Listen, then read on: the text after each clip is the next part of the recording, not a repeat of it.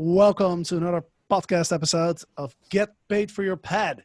And today I have my Aussie friend, Prek Santang, on the show. He is the ever-learning grasshopper from Perth, but he's also the founder of Easy Home Rentals, a property management company in Perth. And we're going to talk a lot about how he got into it, how he built his business. And it's fun to have an Aussie on the podcast again. I miss the Aussies. You know, mate, we are known as the country of laughters. We take the mickey of you, take the mickey of us, and we just want to have a good laugh.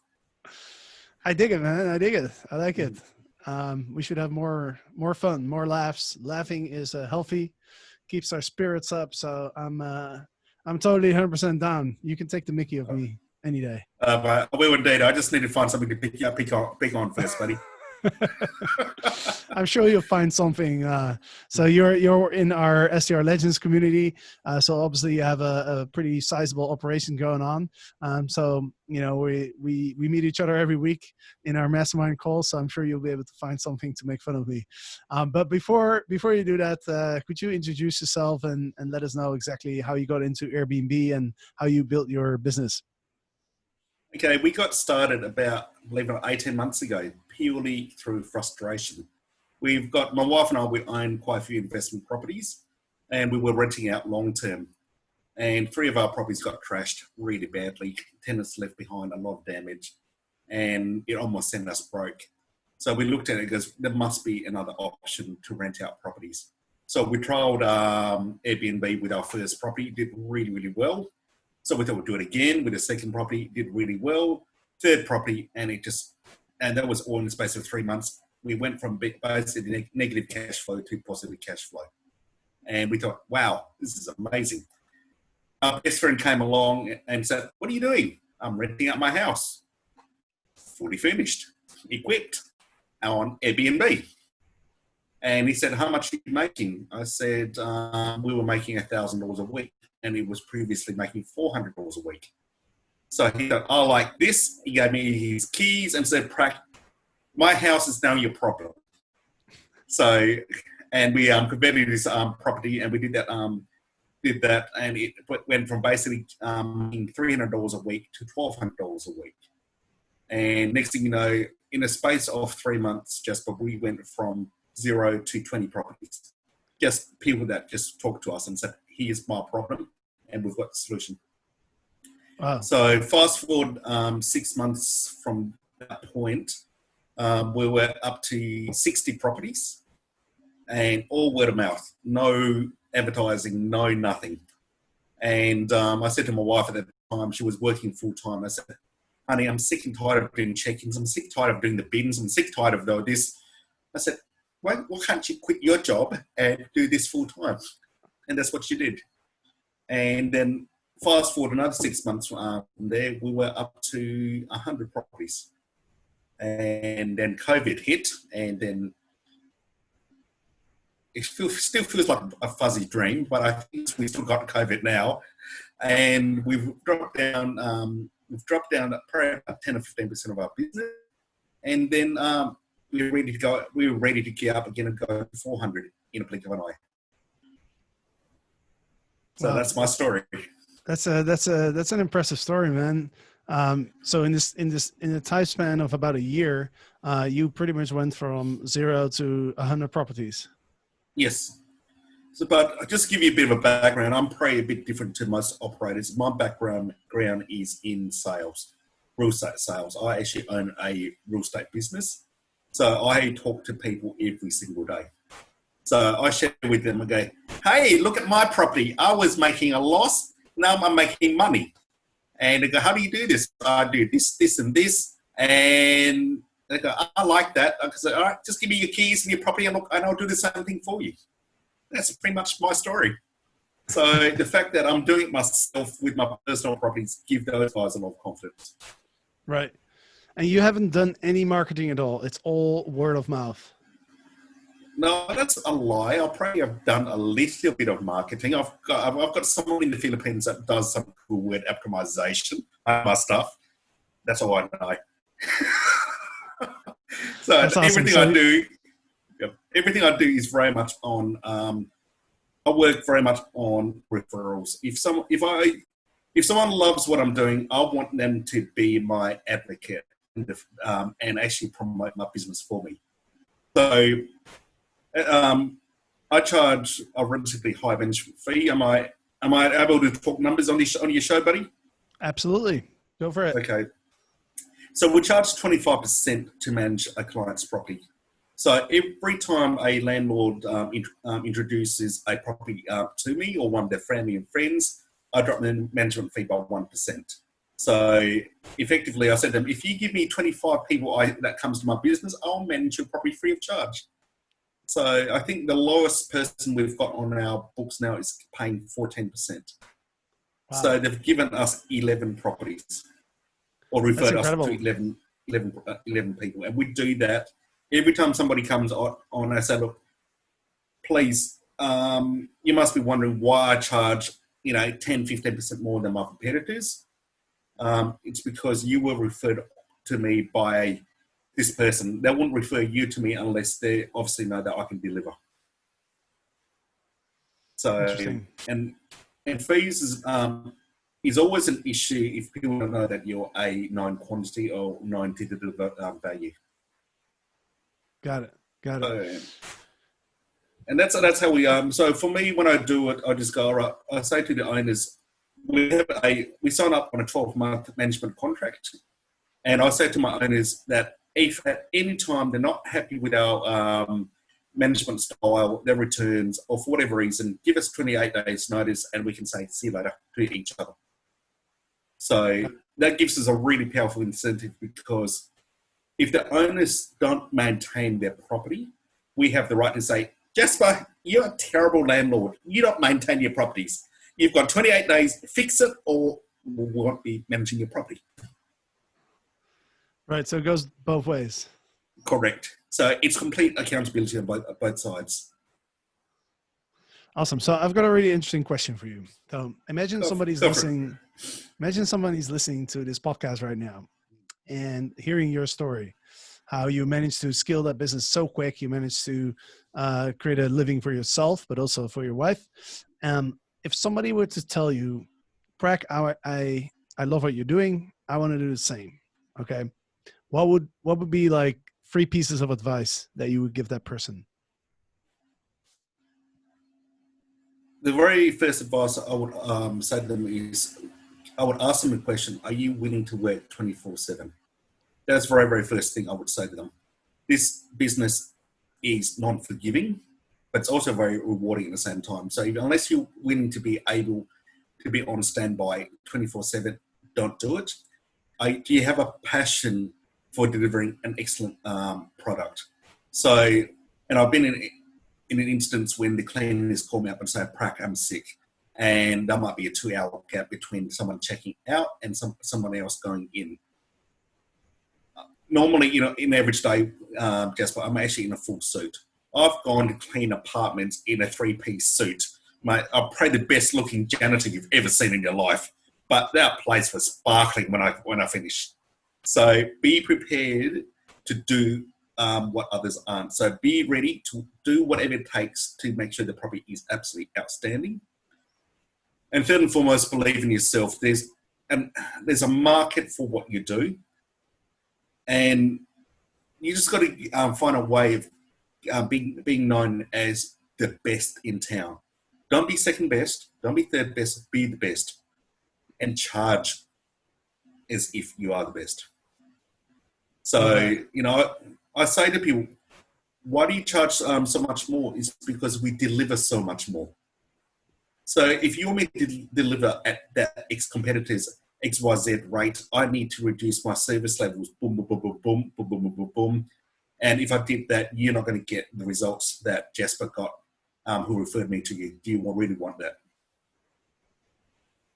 So my advice is just be the best in your town.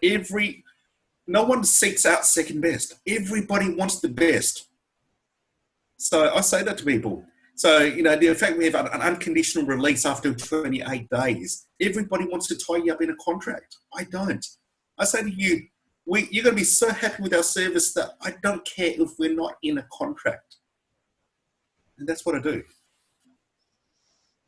That's awesome, And man. have passion, have energy. When you talk to people, people don't buy what you're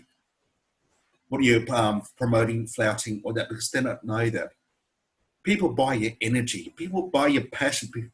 So when you walk in, you got to smell of success, talk of success, and back it up. Really, really back it up. So back yourself. You know, I'm talking about the reason why we're successful, we can scale so much, was we have systems and we have processes in place. I am the ultimate lazy man when it comes to doing things. If I need to do something twice, I will create a process for it. And because it makes sense. If I have to do something twice, I go, no, I just want to do it once. And I just want to keep refining my processes. So when I ever talk to somebody, I don't want to know what they're doing. I just want to just show, it's like a car. I want to see under the bonnet. I want to see how it's being driven. Because whatever they have under the bonnet is what, I'll plagiarize it. I'll copy that and I'll make it better. That's how I do my business model. So, the people starting out in STR business, seek out the very, very best in town and do it better. That's my genuine belief. So I know when I started doing this in Perth, and just to give you some context, Perth is the most isolated city in the world. It's for me to fly to my nearest other city in Australia. It's cheaper for me. It's shorter distance flight-wise when you go to an Asian country. So I just want to put in context for you guys. So we are the nearest competitor. No one wants to come to our city. It is 4 hours flight to the nearest city. It's amazing, absolutely gorgeous. So we've had big operators who's come to our town, and they've thrown hundreds of thousands, if not millions of dollars setting up their operation. I absolutely love it. And then I just wait for the wheels to fall apart. And then I say hello to their clients and say, hey, I heard that the XYZ's not servicing you properly. Would you like to come over? And that's pretty much my script. So, yeah. Awesome, man. I love it. So just to summarize that, the first thing you said is don't get into this business if you don't want to get your hands dirty, if you're not willing to put in the hours, put in the work. I agree with that in the beginning. You got to learn everything firsthand experience before you start outsourcing it, right? So totally agree with that. Second thing you mentioned is you got to have passion for hospitality, right? Because otherwise you're going to burn out at some point.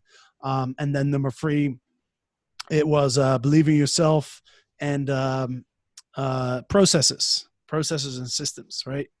Definitely spot on. I'd like to talk a little bit about that. So I like what you said. If you have to do the same thing twice, you don't want to do it. So when you do something the first time, you create a process, you create a system, and then you see like how can you get it off your plate, right? Can you take us through how that works? Like how do you document it, and how do you figure out where you can outsource it? Just I'll be completely honest, it's an area which I'm definitely working on at the moment. Our business is at a point where we need to start outsourcing to the Philippines. We've got people which we employ in our business, but we're not quite there yet.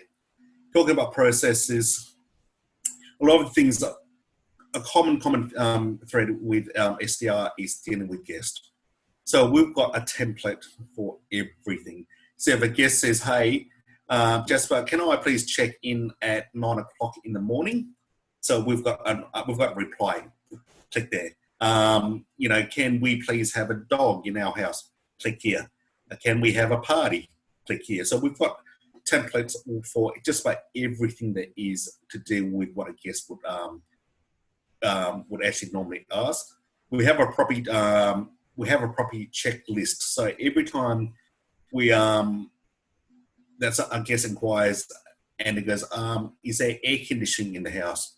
We would have on the property there, check air conditioning, brand, split system, you know, or is it through the roof? So we've got systems in there, and we've actually got a down to the point we've got a Google link to the instructions. So if a guest says, "Hey, I can't work the remotes," we can basically just drag the URL and send it straight to the guest. Click here, you dumbass, but don't say that. But I'm gonna have to cut that out. No, so actually, I don't think I will. So for us, it's about having every item. Every time we come across something new that a guest asks, we would have a template and a system around that. The hardest thing to teach virtual assistants or anyone in your business is when it comes to negotiations. With COVID hitting really, really hard where we are, everybody's asking for discounts. So, and you have to come across as professional, but also at the same time being able to convert that inquiry to a booking. So that's a skill that you would almost initially would just be you running the business, but when you have 10 members in running that, you need to be able to teach them, all right, I can discount up to a certain amount. This is the script you say to say, hey, Jasper, property you've inquired on is one of our very most popular properties. It has already been discounted heavily because of COVID, in case you don't know about it, in brackets. And you would absolutely love staying here. So although we can't discount it, we can probably drop off a bottle of wine or 6-pack of beer when you check in. What would you like? So, awesome. And we find, or at the end of the day, all around the world, we are geared to ask for a discount. So, and don't take it personally when someone asks for a discount. Just expect it. Expect everyone to ask a discount, and just be able to say it nicely, to say, hey, you're delusional, but I still want you in my house. That's a good philosophy. Yeah, for sure. Awesome. So what else? So you're talking about messaging. Obviously that's one of the first thing that you want to automate, right? I remember when I first started hosting an Airbnb, that was the first thing that I realized is I do not want to spend, a couple hours a day just on my phone writing all these messages to guests, and waking up in the middle of the night when that notification goes off, because that's how I was doing it in the beginning. So I completely agree. Like that's the first thing that you want to get off your plate, the messaging. What are some other ways, things in your operations that you want to outsource? Definitely cleaning. Unless you love cleaning, you're going to have a team of cleaners around you. At the moment, we've got 14 cleaners that work exclusively in our business. So when they come on board, we train the cleaners up to the nth degree. So, and we teach them exactly how we want the property to look, feel, and smell. So that's absolutely crucial. So when the next cleaner comes on board, we get our cleaner who's been trained to actually train them how to do it. So before the cleaner can actually clean any of our properties, they need to go and do at least 2 or 3 cleans with our existing cleaners at their pretty much at their cost, so they can learn what we do, and then we give them work to do. So that way, and we always, when it comes to recruiting cleaners, we actually prefer our cleaners to do the employing for us. A bit like how we get landlords to recruit other landlords for us, we get our cleaners to recruit cleaners. So, and there's almost a sense of shame and guilt if the cleaner somebody referred does a really crappy job, because it's a reflection of them. So because of that, the pride that they have in their work is absolutely brilliant. So that's what we do. So we have, and again, we have checklists for everything. So the cleaners know exactly what is expected of them when they clean the property.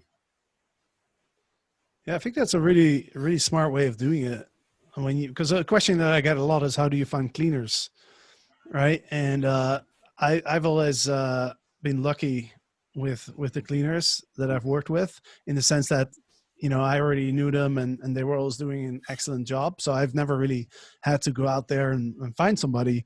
So I always find it difficult to answer that question. So I love hearing from other people how they do it. And I totally love what you're doing with the referrals. Because like you said, if your cleaning person recommends another cleaning person, then that person is going to make sure the other person does a good job, right? Because as you said, it's a reflection on themselves. So that's awesome. I like that. And reward your cleaners. If they refer someone amazing, slip them a little something. At the end of the day, they're cleaners. So if you give them a couple $100 cash, that goes a long, long way. So, and I believe, the way I do my business, my accountant absolutely hates it because I pay cash for everything. There's a cashier. Jasper does an amazing job. There's $50 in it, a little bit extra. There might be kind of some beers that gets delivered, some wines, gift cards, cash. I'm a big believer in you got to give in order to receive. So, and I always do that. With landlords, I do that with them as well. They do refer me a really, really nice person. Yes, they get a discount on their fee, but I don't mind sending them to a really, really nice restaurant. And I say to them, hey, go to the restaurant, have a meal out on me. And I said, just don't go silly, but it's on me. And, if it's $200-300, then that is amazing. It goes such a long way. Sure. And I think that has much more value than the actual money, right? If you do, because it's much more personal, like you're building a relationship that way. That's what I do. I am constantly accused by my wife and most of my colleagues to say that Prac does a lot of coffees, does a lot of lunches. It's because all I'm doing is just networking, talking to people. So when we had a lockdown in Perth, when all the restaurants were closed, cafes were closed, pubs were closed, my business dried up because I couldn't do what I do best, which is to lunch and drink coffee. So you're an expert coffee drinker. Oh, you bet. 16 cups a day. I got some right here.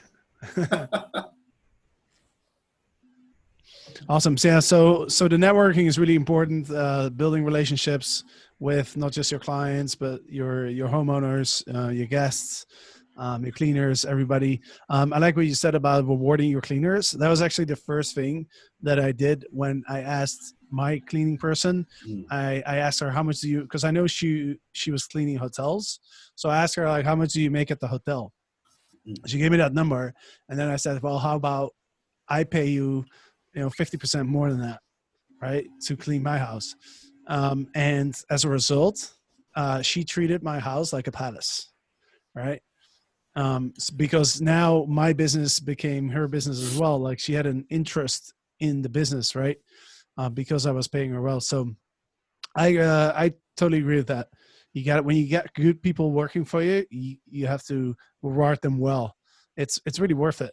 It's yes, but the other thing which we do is we actually share the reviews of the property with our cleaners.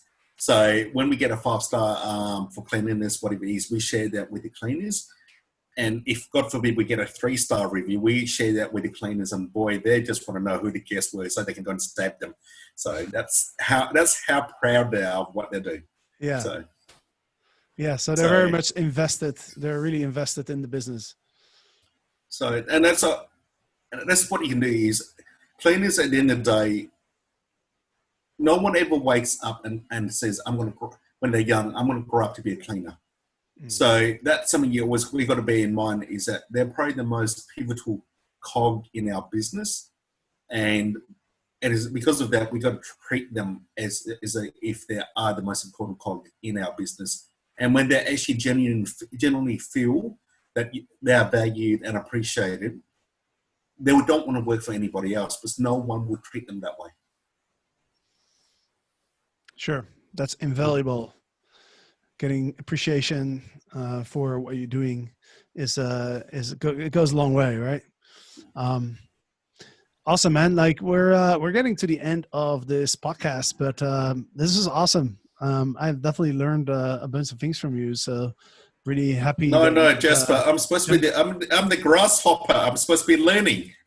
You you can do both at the same time, and Yeah. sometimes you can learn from yourself, you know what I'm saying? Like, I find myself sometimes when people ask questions and I start explaining it, and then suddenly I'm thinking, oh, that's actually something I kind of forgot, you know what I mean? And then it's kind of revived. So always good to have these conversations. But before I let you go, um, anything else you want to share with the audience? Any words of wisdom?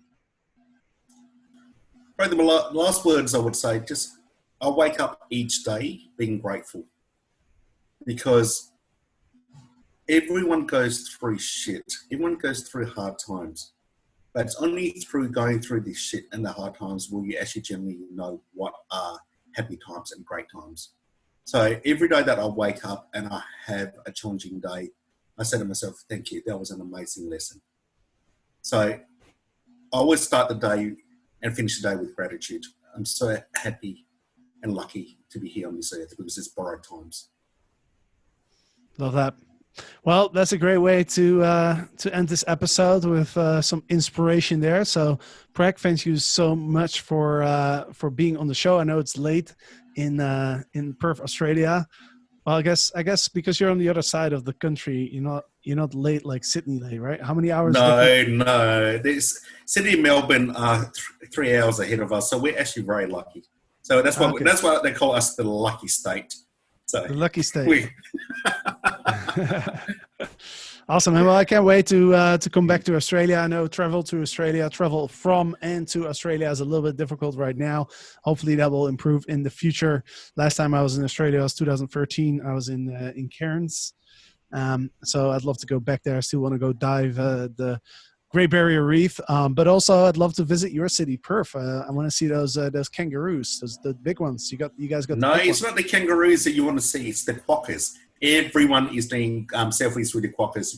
Djokovic, Rafa, all the tennis players, all the sports people, all the famous people, Chris Hemsworth, they're all coming here for the quokkas. So you come and visit us. I'm sure they'll be delighted and privileged and honoured to be taking a selfie with the great Jasper. All right, man. Thanks. Appreciate that. All right, Prek, thank you for joining. And to the listeners, thank you for listening. Or if you're watching this on YouTube, thank you for watching. And we'll be back next week with another episode. So hope to see you then. Goodbye. Yes, mate.